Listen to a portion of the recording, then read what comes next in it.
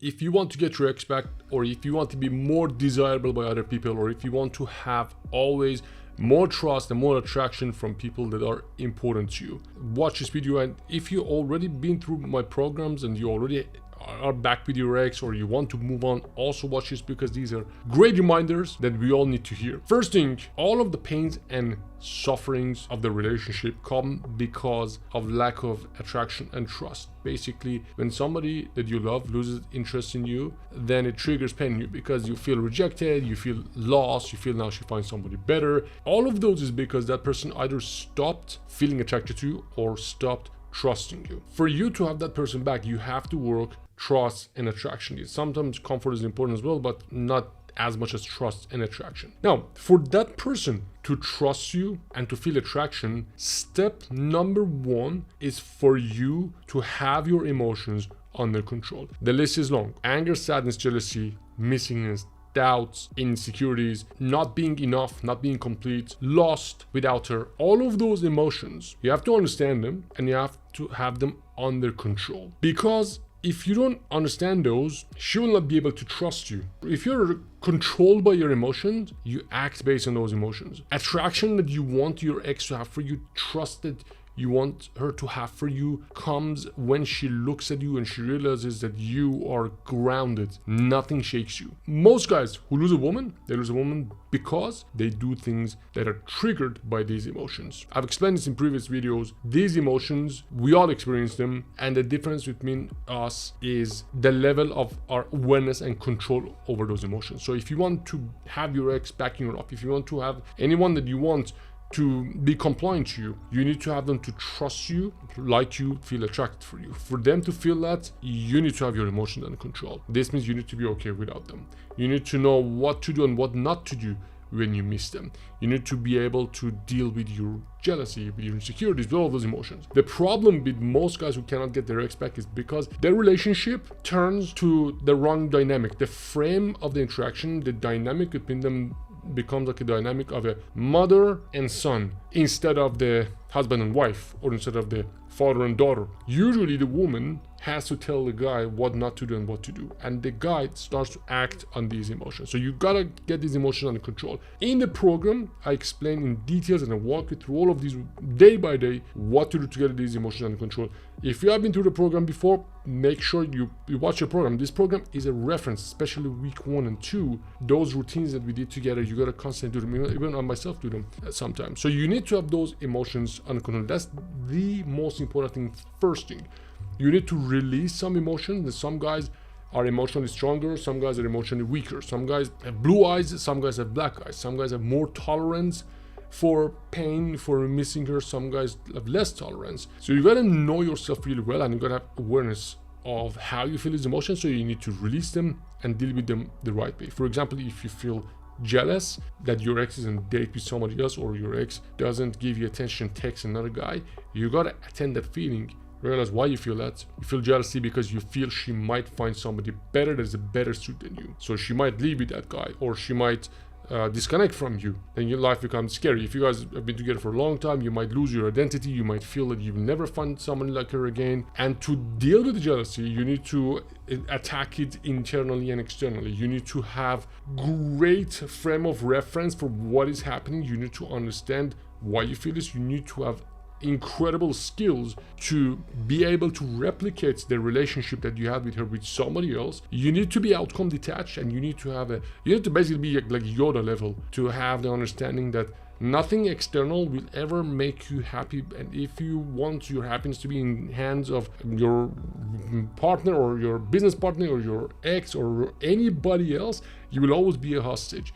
You need to be able to detach, and that's one of my goals in the program, to get you to a place that you can really be outcome detached. A lot goes into emotions. Pretty much everything in life is driven by emotions, to gain more pleasure and have less pain. And You should really take a good look at the quality of your emotions in the past 30 days and 60 days and 90 days and past year and past few years. The more you understand your emotions, the better you can control your life and your relationships as a result. Step 2 is a thought management. Again, there are 2 types of thinking. Like every day you have thousands of thoughts. You either have conscious thinking or unconscious thinking. Most people are on autopilots. Sometimes you just realize, wow, the whole day passed. You don't even realize what you did and how you did it. You just went to work and did everything, and now you're back home tired, ready to sleep. Or you might find yourself thinking about things that you didn't want to think about. You might find yourself sitting down sad thinking about how your relationship ended. These things, not having awareness of your thoughts and being randomly like a wind going left and right with your thoughts, that's another thing that kills attraction.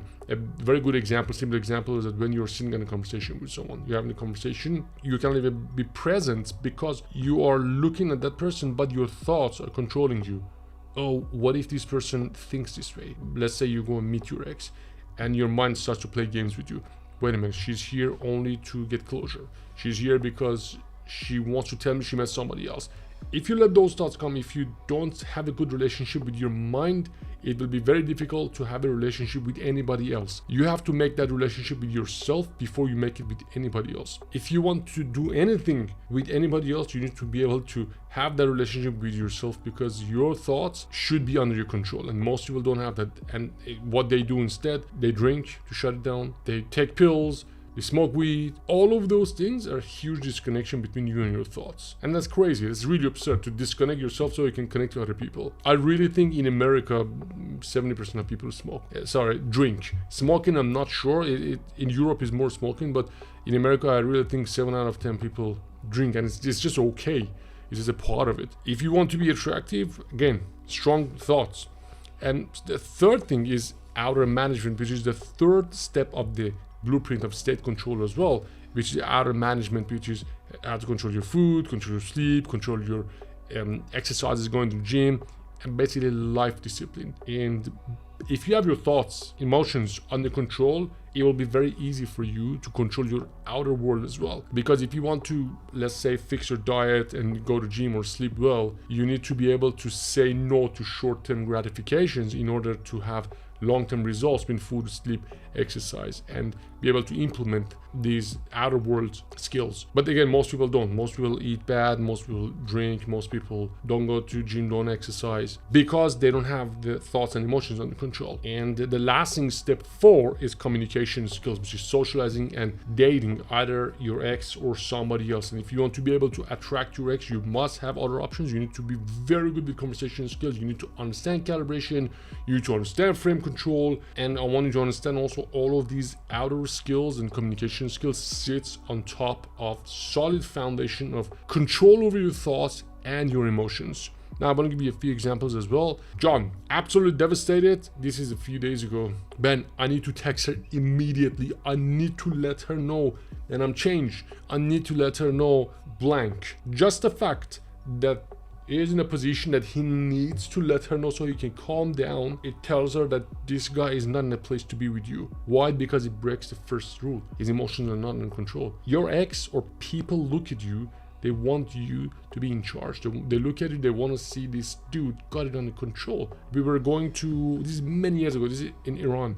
We had a band, we used to play Pink Floyd, cover band. One of the members, we didn't trust him.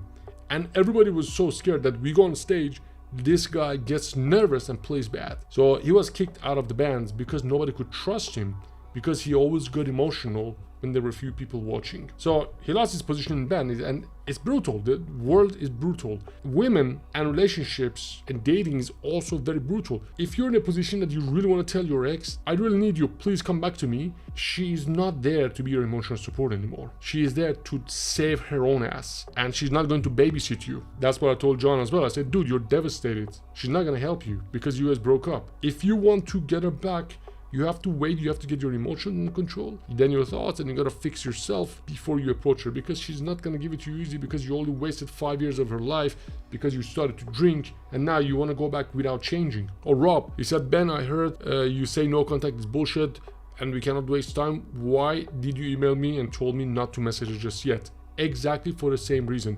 Yes, no contact is a big waste of time. Disconnection, passive aggression is not good. But if you're in a situation that you know if you talk to your ex, you're going to lose yourself and you're going to burst in tears and you're going to try to convince her to come back to you, and you're not okay with the breakup, you should not contact her. You should just dive in the program and watch every video one by one, do all of the worksheets to get to a place that this fully understand what I'm talking about, so you can fully control yourself and your emotions. Yeah, the worst thing is the disconnection and not being able to communicate with someone. But worse than that is communicate the wrong way and communicate based on negative emotions. Or Chris, which his situation is a bit different. Chris is really cool dude. He doesn't drink, he doesn't smoke, he's a trainer at the gym. His problem is texting, which is much easier. If your problem is texting, it's much easier. Our job is just pretty much done. Because I can help you with texting, I'll do the texting for you. You send me screenshots of your messages and I help you communicate. So he doesn't really need to worry about that. The dude doesn't smoke, doesn't drink, doesn't do anything bad. He's pretty much happy with himself. He just needs help to know how to initiate contact with his ex and get there, which we started and it's going pretty good. And Jay is a classic case of validation seeking. He constantly keeps asking her if they're together or not. Oh, we slept together, but this weekend you say you don't want to hang out. What does it mean? Are we together or not? He constantly needs the approval. He constantly needs to know that they're still together, and that is what kills the attraction. Your ex wants to know you're okay with or without her. Your ex does not want to babysit you. That's what I told Jay. Or Adam, he drank, called his ex and told her things that he didn't. He got it wrong. I told him, dude, you cannot call her emotional. And then he drank and called. And then later said, oh yeah, I thought I have my emotions under control. And I said, dude, what are you talking about? So he called and said a bunch of things he doesn't even remember, but she doesn't want to talk to him right now because of things that he told her and he doesn't know what he said. So if you want to get your ex back, first thing, take control of your thoughts and emotions. These two are very closely tied to each other. Thoughts trigger emotions, emotion triggers thoughts. After that, you need to understand outer game and you need to understand basically how your outer body works. And finally, learn communication, texting, and socializing hack and things like that. If you haven't already, make sure you read my book. The link is in the description. This is Ben. See you in the next video.